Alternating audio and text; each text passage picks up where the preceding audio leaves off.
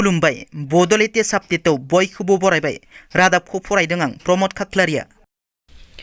गिबि रादाबाव दङ आसामनि दिगबयआव गिख्रंथाव लामानि जाब्रबथायजों साथाम सुबुंनि जिउ खहा जायो।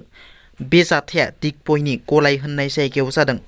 गोख्रै खारथाइजों फैनाय गंसे कारा फांसे बिफाङाव सौग्रावफैयो। जाथाय जानाय समाव बे काराव साथाम हौवा आरो सानै आइजोआ दंमोन। बे जाथायाव साथाम सुबुंनि जिउ खहा जायो आरो गुबुन सानैया गोब्राब जखम जायो। गोब्राब जखम जानाय सानैखौ डिब्रुगड़नि देहा फाहामसालियाव गोब्राब हालोदाव थिसननाय जायो। जिउ खहा जानाय साथामखौ अमृत दत्त, दिशा गप्पे आरो सुभाष गप्पे होननानै सिनायथिनाय जादों। गोब्राब जखम जानाय सानैखौ सदना गप्पे आरो रतन गप्पे होननानै सिनायथिनाय जादों। चिरांनि बिजनीआव BPFनि आफादगिरि हाग्रामा महिलारि। बिजनीआव BPFनि गेदेर जयनिं हाबाफारियाव BPF दोलोनि आफादगिरि हाग्रामा महिलारिया नुजाथिहैदों। बिजनी जिल्ला कमिटिनि बानजायनायाव सुबाइझार ब्लक BPFनि सिङाव थानाय गुबुन गुबुन दोलोनि सा 1583 गोदान सोद्रोमाफोरा BPFखौ मोजां मोननानै BPF दोलोनि आफादगिरि हाग्रामा महिलारिनि नुजाथिनायाव BPFआव हाबफैदों। गोदानै हाबफैनाय सोद्रोमाफोरखौ हाग्रामा महिलारिया दोलोनि फालि गानहोनानै दोलोआव बरायदों।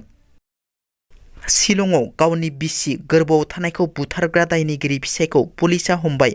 मेघालय पुलिसआ ट्रपियास नं 4 खौ गावनि बिसि स्टेफानी लिंड नंलेटखौ थांनाय बुधबार हराव बुथारनायनि दायाव न'निफ्राय हमो।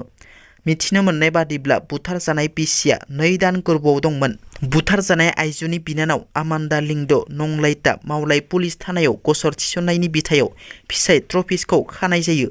मिथिनो मोननाय बादिब्ला बुथारजानाय आइजोनि मोदोमाव गोबां जखम जानायनि सिन नुनो मोन्दों आरो गोथै देहाखौ सन्देह गोनां थासारियाव बोखांनो मोननाय जायो। बिटिआरनि गाहाय प्रमद बर'आ बिटिसिनि बारग' गाहाय हाग्रामा महिलारिनि सायाव बेरफ्रुसार बिबुंथि लाखिदों। हाग्रामा महिलारिनि मेगनाव फैसानि अनगायै गुबुन जेबो नुनो मोना। बेनिखायनो सरकाराव थानाय समावबो फैसानि खोथाल' बुङोमोन आरो सरकाराव थायै समावबो फैसानि खोथाल' बुङो। बेयाव जि गुबुन गुबुन जाति जनगोष्ठी दं, बेयाव जि गुबुन गुबुन थाखोनि मानसि दं, बिथांमोननि गुबुन गुबुन जेंना दं। बे जेंनाफोरखौ बिथाङा नुवा, सिगांबो नुवाखैमोन आरो दाबो नुवा। हाग्रामा महिलारिया फैसानि ससमाखौ मोजाङै बोखारब्लासो समाजखौ बुजिनो हागोन होनना प्रमद बर' बिथाङा हाग्रामा महिलारिनि सायाव बिबुंथि खालामो। धेमाजि जिल्लायाव भेक्सिन होनाय ब्रयलार दाउनि बेदरखौ जानानै सा 7 सुबुङा लोमजानाय जानानै देहा फाहामथाय लानो गोनां जादों। बे जाथाया जादों जनायाव। जनायाव ब्रयलार बेदर जानानै हरखाब देहानि जेंना जायो। मिथिनो मोननाय बादिब्ला जनायनि आन्दिलिफु गामिनि प्रबिन तायें मुंनि सुबुंनि न'खराव बिजामादैनो जाहोनो होनना बाजारनिफ्राय ब्रयलार बेदर लाबोना जाहोयो। ब्रयलार बेदर जाखांनायनि माखासे घन्टानि उनावनो गोबानाय, उदै सानाय जायो। हरखाब देहानि जेंनायाव गोग्लैनाय सा 7 सुबुंफोरखौ देहा फाहामसालियाव थिसननाय जायो। दिनैनि रादाबा एसेनोसै।